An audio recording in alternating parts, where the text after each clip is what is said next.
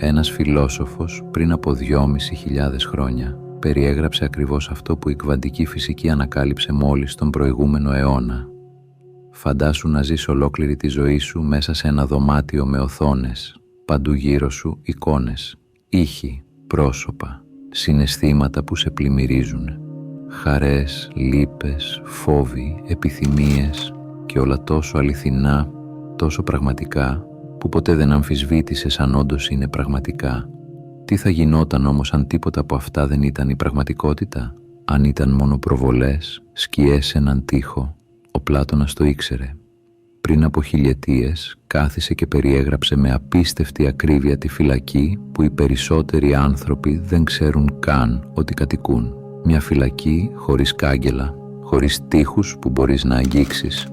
Μια φυλακή φτιαγμένη από πεποιθήσεις, από συνήθειες σκέψεις, από έναν κόσμο που σου είπαν ότι είναι ο μόνος που υπάρχει, από τον μικρό κόσμο που έχτισες στην προσπάθεια σου να επιβιώσεις. Και η πιο τρομακτική αλήθεια, οι περισσότεροι δεν θέλουν καν να μάθουν ότι υπάρχει έξοδος, όμως εσύ βρίσκεσαι εδώ, σήμερα μαζί μου, και αυτό είναι το πρώτο βήμα για να αλλάξουμε την πραγματικότητά μας προς το καλύτερο. Ας ξεκινήσουμε. Βαθιά κάτω από τη γη, σε ένα σπήλαιο που δεν έχει δει ποτέ το φως του ήλιου, κάθονται άνθρωποι δεμένοι. Από τη στιγμή που γεννήθηκαν δεν μπόρεσαν να κουνήσουν ούτε το κεφάλι τους. Βλέπουν μόνο μπροστά έναν τοίχο, τίποτα άλλο. Πίσω τους καίει μια φωτιά και ανάμεσα στη φωτιά και στις πλάτες τους περνούν σκιές, μορφές, σχήματα. Κινούνται, αλλάζουν, παίζουν πάνω στον τοίχο σαν θέατρο σκιών και οι δεσμότες νομίζουν ότι αυτές οι σκιές είναι ολόκληρος ο κόσμος. Δεν υποψιάζονται καν ότι υπάρχει κάτι άλλο. Πώς να το υποψιαστούν αφού δεν έχουν δει ποτέ τίποτα διαφορετικό, αφού όλοι γύρω τους βλέπουν τα ίδια, αφού οι σκιές είναι τόσο σταθερές, τόσο επαναλαμβανόμενες, τόσο κανονικές? Αυτή είναι η αλληγορία του σπηλαίου. Μία ιστορία που ο Πλάτωνας έγραψε το 380 π.Χ. Σκέψου τη ζωή σου για μια στιγμή, η δουλειά που κάνεις κάθε μέρα, οι ρόλοι που παίζεις, ο σύντροφος, ο γονέας, το παιδί, ο φίλος, ο συνάδελφος, τα πράγματα που πιστεύεις για τον εαυτό σου. Δεν είμαι αρκετά καλός. Πρέπει να προσπαθώ πιο πολύ. Η ζωή είναι αγώνας. Πότε τα διάλεξες αυτά? Πότε κάθισες και είπες «Ναι, αυτό πιστεύω, αυτό θέλω να είμαι»? Ή μήπως απλά τα βρήκες εκεί, σαν σκιές στον τοίχο που υπήρχαν πριν καν ανοίξεις τα μάτια σου? Η κοινωνία, η οικογένεια, το σχολείο, τα μέσα ενημέρωσης, όλα μαζί έστησαν τη φωτιά πίσω σου. Και τα αντικείμενα που περνούν μπροστά της είναι οι ιδέες που σου δόθηκαν. Οι κανόνες, οι προσδοκίες, οι ορισμοί του τι σημαίνει επιτυχία, αγάπη, αξία. Και εσύ κοιτάς τις σκιές του στον τοίχο και λες «Αυτή είναι η πραγματικότητα». Κυνηγάς σκιές νομίζοντας ότι κυνηγάς την ευτυχία. Φοβάσαι σκιές νομίζοντας ότι φοβάσαι κάτι αληθινό. Χτίζεις ολόκληρη τη ζωή σου γύρω από σχήματα που δεν υπάρχουν πουθενά αλλού εκτός από αυτόν τον τοίχο. Και το πιο τραγικό, αν κάποιος σου πει ότι υπάρχει κάτι πέρα από τις σκιές, η πρώτη σου αντίδραση θα είναι να μην τον πιστέψεις. Γιατί οι σκιές είναι οικίες, είναι ασφαλείς, είναι όλα όσα ξέρεις και το άγνωστο τρομάζει. Ποιες σκιές παρακολουθείς εσύ σήμερα νομίζοντας ότι είναι αληθινές?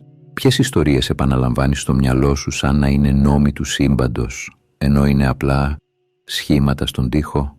Αλλά εδώ έρχεται η πραγματική ερώτηση. Η ερώτηση που ο Πλάτωνας δεν σταμάτησε ποτέ να κάνει. Αν αυτές είναι οι σκιές, τότε τι είναι αυτό που τις δημιουργεί? Τι υπάρχει πίσω από τη φωτιά? Και πιο σημαντικό, υπάρχει κάτι πέρα από το σπήλαιο? Ο Πλάτωνας είδε κάτι που οι περισσότεροι άνθρωποι ακόμα και σήμερα δυσκολεύονται να συλλάβουν. Είπε «Ναι, αυτά που βλέπεις είναι σκιές, αλλά οι σκιές δεν υπάρχουν από μόνες τους. Κάτι τις δημιουργεί και αυτό το κάτι είναι πιο αληθινό από οτιδήποτε έχεις αγγίξει ποτέ». Το ονόμασε «ο κόσμος των ιδεών» Φαντάσου ένα τριαντάφυλλο, το κρατάς στα χέρια σου. Νιώθεις τα πέταλά του, μυρίζεις το άρωμά του. Είναι αληθινό, σωστά? Αλλά αύριο θα μαραθεί. Σε μια εβδομάδα θα είναι σκόνη. Και όμως η ιδέα του τριαντάφυλλου, αυτή δεν πεθαίνει ποτέ. Υπήρχε πριν ανθίσει αυτό το συγκεκριμένο λουλούδι. Θα υπάρχει και μετά. Κάθε τριαντάφυλλο που έχει υπάρξει ποτέ, κάθε τριαντάφυλλο που θα υπάρξει, είναι απλά μια απόπειρα να εκφράσει αυτή την αιώνια τέλεια ιδέα. Ο Πλάτωνας είπε ότι αυτό ισχύει για τα πάντα. Η ομορφιά που βλέπεις σε ένα ηλιοβασίλεμα είναι η σκιά της τέλειας ομορφιάς. Η αγάπη που νιώθεις είναι η σκιά της τέλειας αγάπης.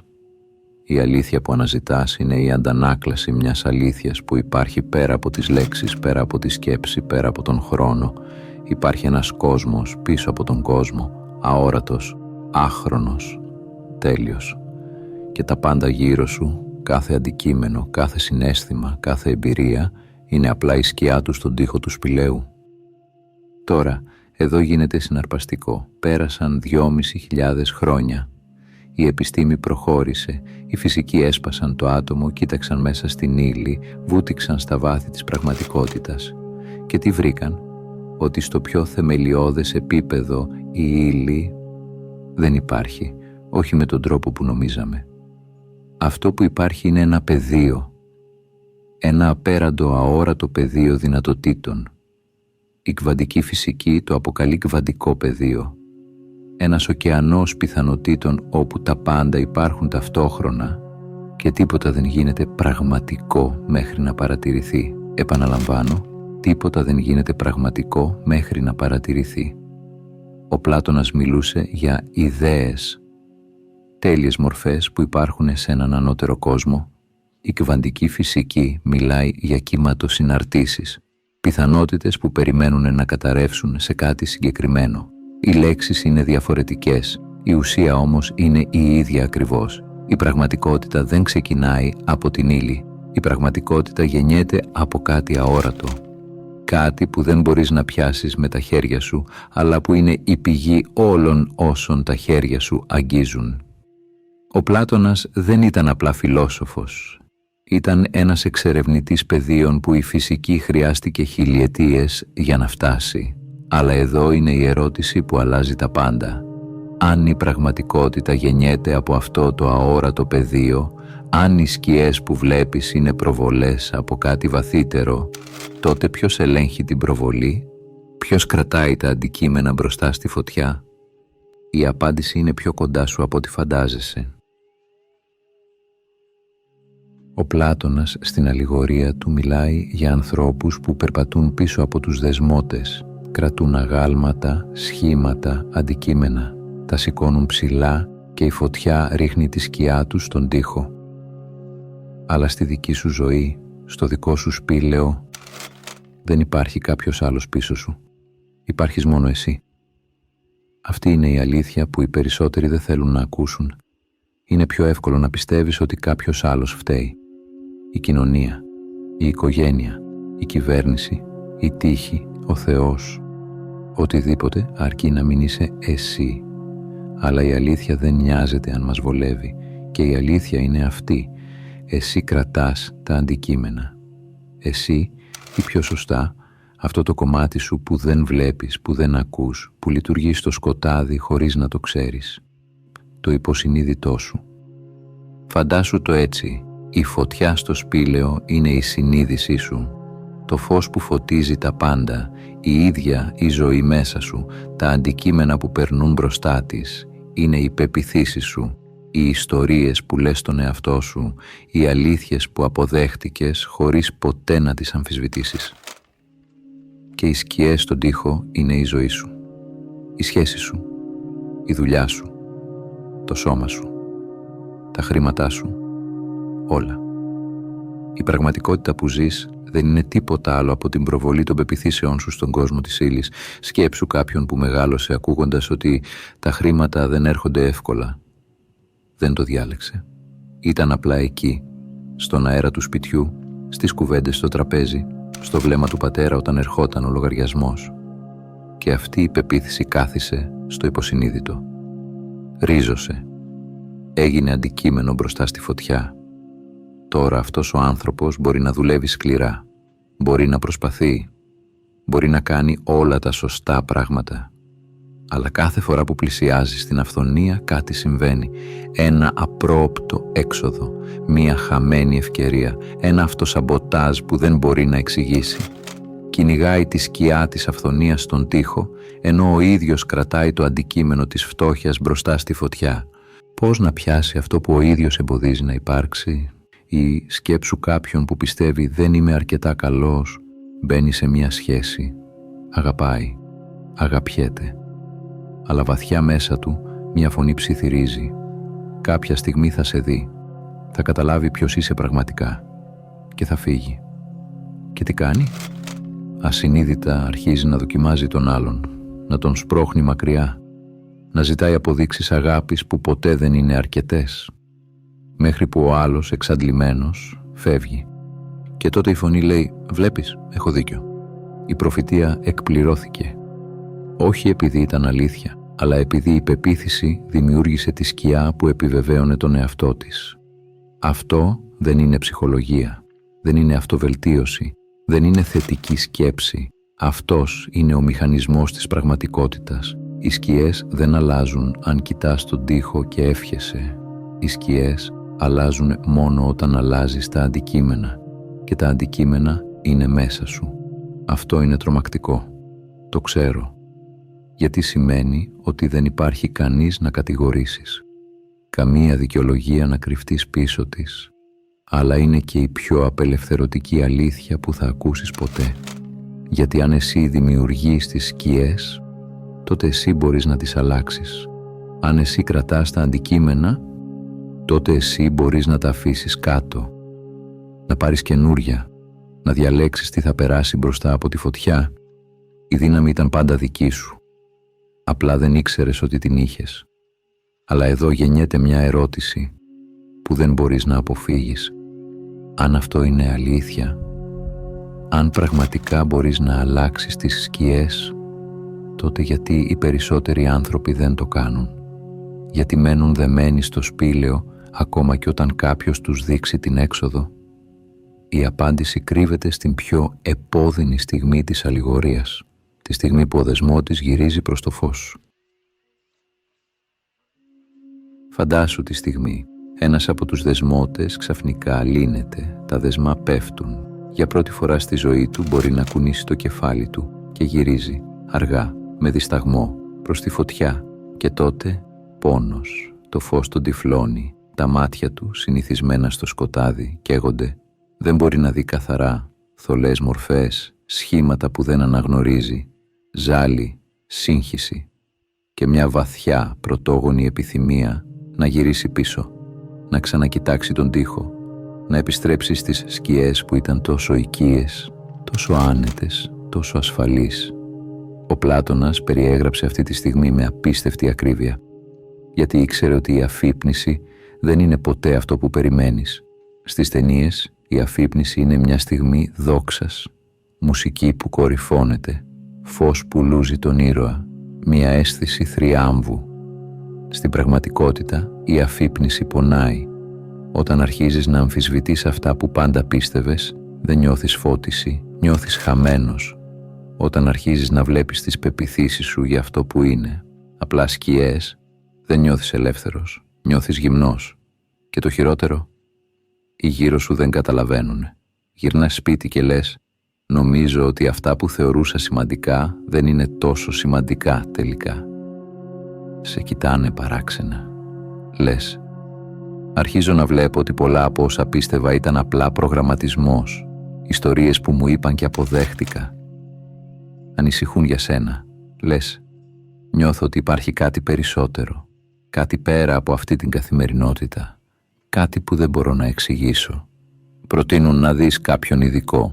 Ο Πλάτωνας το προέβλεψε αυτό. Στην αλληγορία, ο δεσμότης που ελευθερώνεται τελικά βγαίνει από το σπήλαιο, βλέπει τον αληθινό κόσμο, τον ήλιο, την πραγματικότητα πέρα από τις σκιές. Και τότε, γεμάτος αγάπη και ενθουσιασμό, γυρίζει πίσω, κατεβαίνει ξανά στο σπήλαιο, θέλει να πει στους άλλους τι είδε, θέλει να τους ελευθερώσει, όμως εκείνοι τον κοροϊδεύουν, λένε ότι τρελάθηκε, ότι η εξόρμηση του τον χάλασε, ότι πριν ήταν μια χαρά και τώρα δεν βγάζει νόημα. Και αν επιμείνει, αν προσπαθήσει να τους λύσει τα δεσμά, ο Πλάτωνας λέει ότι θα τον σκότωναν αν μπορούσαν. Ξέρεις κάτι? Κάθε μεγάλος δάσκαλος που πέρασε από αυτόν τον κόσμο έζησε αυτή την ιστορία. Ο Σωκράτης, δάσκαλος του Πλάτωνα, ήπιε το κόνιο επειδή τόλμησε να αμφισβητήσει τις σκιές. Ο Χριστός κήρυξε μια βασιλεία που δεν είναι εκ του κόσμου τούτου και τον σταύρωσαν. Ο Γκοντάρ μιλούσε για τη δύναμη της φαντασίας να δημιουργεί την πραγματικότητα και οι περισσότεροι τον θεωρούσαν παράξενο. Ο Τόλε γράφει για το τώρα ως μόνη αλήθεια και πολλοί γελάνε. Η αφύπνιση δεν είναι δημοφιλής, δεν σε κάνει διάσημο, δεν σε κάνει αρεστό, δεν σε κάνει κανονικό. Η αφύπνιση είναι μοναχική, αλλά εδώ είναι αυτό που κανείς δεν σου λέει. Η μοναξιά που νιώθεις δεν είναι τιμωρία, είναι μετάβαση. Όταν φεύγεις από το σπήλαιο, αφήνεις πίσω σου ανθρώπους που δεν μπορούν να σε ακολουθήσουν, όχι επειδή δεν σε αγαπάνε, αλλά επειδή δεν είναι έτοιμοι. Και αυτό πονάει. Πονάει πολύ. Αλλά καθώς ανεβαίνεις, καθώς τα μάτια σου συνηθίζουν στο φως, κάτι αλλάζει. Αρχίζεις να βλέπεις άλλους, ανθρώπους που κι αυτοί βγήκαν, που κι αυτοί τόλμησαν, που κι αυτοί πόνεσαν. Και ξαφνικά η μοναξιά γίνεται συντροφικότητα. Μια νέα οικογένεια, μια οικογένεια που δεν βασίζεται στο αίμα, αλλά στο φως. Το ερώτημα λοιπόν δεν είναι αν θα πονέσεις. Θα πονέσεις, είναι αναπόφευκτο. Το ερώτημα είναι αξίζει. Αξίζει ο πόνος της αλήθειας περισσότερο από την άνεση του ψέματος? Αν η απάντησή σου είναι ναι, τότε υπάρχει ένα τελευταίο βήμα. Η στιγμή που ο δεσμότης σταματάει να κοιτάζει τη φωτιά, σταματάει να κοιτάζει τα αντικείμενα και στρέφει το βλέμμα του προς το στόμιο του σπηλαίου, εκεί όπου μπαίνει το φως, εκεί όπου περιμένει ο ήλιος, η πηγή όλων, η απόλυτη αλήθεια. Ο δεσμότης βγαίνει από το σπήλαιο. Στην αρχή δεν βλέπει τίποτα. Το φως είναι υπερβολικό, συντριπτικό. Τα μάτια του, που έζησαν μια ολόκληρη ζωή στο σκοτάδι, αρνούνται να λειτουργήσουν, αλλά σιγά σιγά προσαρμόζονται. Πρώτα βλέπει σκιές, αλλά τώρα ξέρει ότι είναι σκιές. Μετά βλέπει αντανακλάσεις στο νερό. Μετά τα ίδια τα αντικείμενα, τα δέντρα, τους βράχους, τον ουρανό και τέλος τον ήλιο. Όχι την αντανάκλασή του, όχι το φως του πάνω στα πράγματα, τον ίδιο τον ήλιο, την πηγή. Ο Πλάτωνας λέει ότι αυτή είναι η κορυφή του ταξιδιού, η στιγμή που ο άνθρωπος κατανοεί τι είναι πραγματικά η αλήθεια. Αλλά τι είναι ο ήλιος? Δεν είναι ένας θεός κάπου εκεί έξω. Δεν είναι μια θρησκευτική φιγούρα. Δεν είναι κάτι που πρέπει να λατρέψεις ή να φοβηθείς. Ο ήλιος είναι η καθαρή συνείδηση. Η συνείδηση πριν γίνει σκέψη, πριν γίνει συναίσθημα, πριν γίνει εγώ και εσύ, πριν γίνει κόσμος. Είναι το είμαι, πριν προσθέσεις οτιδήποτε μετά. Σκέψου το, όταν λες είμαι άντρας ή είμαι γυναίκα, το άντρας, το γυναίκα είναι προσθήκες, ταυτότητες, ρόλοι. Όταν λες είμαι επιτυχημένος ή είμαι αποτυχημένος, και πάλι προσθήκες. Όταν λες είμαι χαρούμενος ή είμαι λυπημένος, καταστάσεις που έρχονται και φεύγουν, αλλά το είμαι, αυτό μένει. Πάντα, αναλύωτο. Πριν από κάθε σκέψη, κάτω από κάθε συναίσθημα, πέρα από κάθε ρόλο. Αυτό είναι ο ήλιος. Αυτό είσαι εσύ. Και εδώ κάτι μαγικό συμβαίνει. Χιλιάδες χιλιόμετρα μακριά από την Ελλάδα του Πλάτωνα, στην αρχαία Ινδία, οι σοφοί των Ουπανισάδων κάθισαν κι αυτοί, έκλεισαν τα μάτια, κοίταξαν μέσα τους και βρήκαν το ίδιο πράγμα. Το ονόμασαν Τατ Τβαμ Ασι. Αυτό είσαι εσύ. Αυτό που ψάχνεις, η πηγή, η αλήθεια, ο Θεός, το σύμπαν, δεν είναι κάπου αλλού. Είναι αυτό που κοιτάζει μέσα από τα μάτια σου αυτή τη στιγμή. Είναι αυτό που ακούει αυτές τις λέξεις. Είναι αυτό που πάντα ήσουν πριν σου πουν ποιος πρέπει να είσαι. Ανατολή και Δύση. Διαφορετικές γλώσσες, διαφορετικοί πολιτισμοί, διαφορετικές εποχές, το ίδιο συμπέρασμα. Ο ήλιος δεν είναι κάτι που βρίσκεις, είναι κάτι που θυμάσαι. Δεν είναι κάτι που κερδίζεις, είναι κάτι που αποκαλύπτεται όταν σταματάς να προσπαθείς να είσαι κάτι άλλο. Είσαι ήδη αυτό που ψάχνεις, πάντα ήσουν, απλά το ξέχασες και οι σκιές, οι πεποιθήσεις, οι ταυτότητες, οι φόβοι ήταν απλά σύννεφα που έκρυβαν τον ήλιο. Ποτέ δεν τον έσβησαν, ποτέ δεν μπορούσαν. Αυτή είναι η αφύπνιση, όχι να γίνεις κάτι καλύτερο, αλλά να δεις τι πάντα υπήρχες. Αλλά τώρα έρχεται η πιο σημαντική ερώτηση. Αν αυτό είναι αλήθεια, αν ο ήλιος είναι ήδη μέσα σου, τότε πώς αλλάζεις τη ζωή σου πρακτικά? Πώς μεταφράζεται αυτή η αλήθεια στις σχέσεις σου, στη δουλειά σου, στο σώμα σου, στα χρήματά σου? Η φιλοσοφία χωρίς εφαρμογή είναι απλά διανοητική ικανοποίηση. Ήρθε η ώρα να κατεβάσουμε τον ήλιο στη γη. Η αλήθεια χωρίς πράξη είναι σαν χάρτης που δεν ανοίγεις ποτέ. Μπορείς να ξέρεις ότι ζεις σε σπήλαιο. Μπορείς να καταλαβαίνεις ότι οι σκιές δεν είναι πραγματικές. Μπορείς ακόμα και να έχεις δει τον ήλιο. Αλλά αν την επόμενη μέρα ξυπνήσεις και συνεχίσεις να αντιδράς στις σκιές σαν να είναι αληθινές, τι άλλαξε? Τίποτα. Η γνώση που δεν γίνεται ζωή είναι απλά ένα ακόμα αντικείμενο μπροστά στη φωτιά. Μία ακόμα σκιά στον τοίχο, πιο όμορφη ίσως, πιο πνευματική, αλλά σκιά. Ήρθε η ώρα να αλλάξεις τα αντικείμενα. 3 πράγματα χρειάζονται, μόνο 3. Το πρώτο, να αναγνωρίσεις ότι ζεις μέσα σε σκιές. Ακούγεται απλό, αλλά είναι το πιο δύσκολο βήμα, γιατί το μυαλό αντιστέκεται. Λέει, ναι, αλλά αυτό το πρόβλημα είναι αληθινό. Αυτός ο φόβος είναι δικαιολογημένος. Αυτή η κατάσταση είναι διαφορετική. Δεν είναι. Κάθε φορά που νιώθεις ότι κάτι σου συμβαίνει, κάθε φορά που νιώθεις θύμα των περιστάσεων, κάθε φορά που η ζωή φαίνεται να σε πιέζει από έξω, θυμήσου, βλέπεις σκιές. Βλέπεις την προβολή των δικών σου πεποιθήσεων στον τοίχο της ύλης. Μόνο αυτή η αναγνώριση αρχίζει να σε ελευθερώνει. Το δεύτερο, να σταματήσεις να αντιδράς στις σκιές σαν να είναι αληθινές. Όταν κάτι σε αναστατώσει, μην τρέξεις να το διορθώσεις αμέσως. Μην αντιδράσεις αυτόματα. Μην αφήσεις τη συνήθεια να σε παρασύρει. Κάνε παύση. Αποστασιοποιήσου. Γίνε παρατηρητής. Κοίταξε τη σκιά χωρίς να χαθείς μέσα της. Ρώτα τον εαυτό σου. Ποια πεποίθηση μέσα μου δημιουργεί αυτή τη σκιά? Ποιο αντικείμενο κρατάω μπροστά στη φωτιά αυτή τη στιγμή? Συχνά, μόνο η ερώτηση αρκεί. Μόλις δεις το αντικείμενο, η σκιά χάνει τη δύναμή της. Γιατί τώρα ξέρεις τι είναι. Το τρίτο, να αρχίσεις συνειδητά να επιλέγεις ποια αντικείμενα κρατάς. Αυτό είναι το δημιουργικό μέρος, το μέρος που οι περισσότεροι αγνοούν.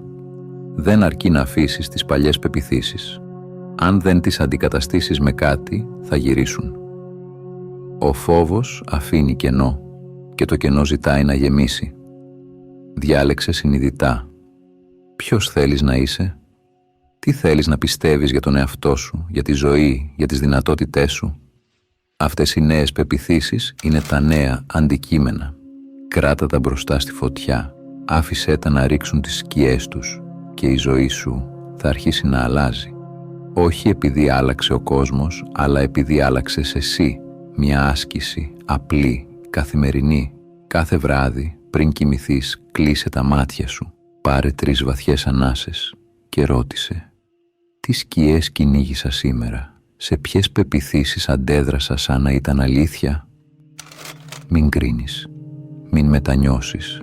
Απλά παρατήρησε και μετά ρώτησε. Τι αντικείμενο θέλω να κρατήσω μπροστά στη φωτιά αύριο? Ποια πεποίθηση θέλω να ζήσω? Φαντάσου τον εαυτό σου να ζει ήδη από αυτή την πεποίθηση. Νιώσε το. Άφησέ το να γίνει πραγματικό μέσα σου. Και μετά αφέσου στον ύπνο. Αυτό είναι όλο. Μικρό. Απλό. Αθόρυβο. Αλλά αν το κάνεις κάθε μέρα, θα αλλάξεις τον τοίχο, θα αλλάξεις τις σκιές, θα αλλάξεις τη ζωή σου. Αυτή είναι η πρακτική πλευρά της φιλοσοφίας, η πλευρά που ο Πλάτωνας ήθελε να καταλάβουμε. Αλλά μένει ακόμα ένα ερώτημα, το τελευταίο. Ποιος ήταν πραγματικά ο Πλάτωνας και γιατί μας άφησε αυτή την ιστορία? Ο Πλάτωνας δεν ήταν απλά ένας φιλόσοφος. Δεν τον ένοιαζε να γράφει θεωρίες για να εντυπωσιάσει άλλους διανοούμενους. Δεν τον ένοιαζαν οι τίτλοι και η αναγνώριση. Ο Πλάτωνας ήταν μυσταγωγός, κάποιος που είδε την έξοδο από το σπήλαιο και γύρισε πίσω για να τη δείξει σε όσους είχαν μάτια να δούνε. Αυτό που μας άφησε δεν ήταν θεωρία. Ήταν χάρτης.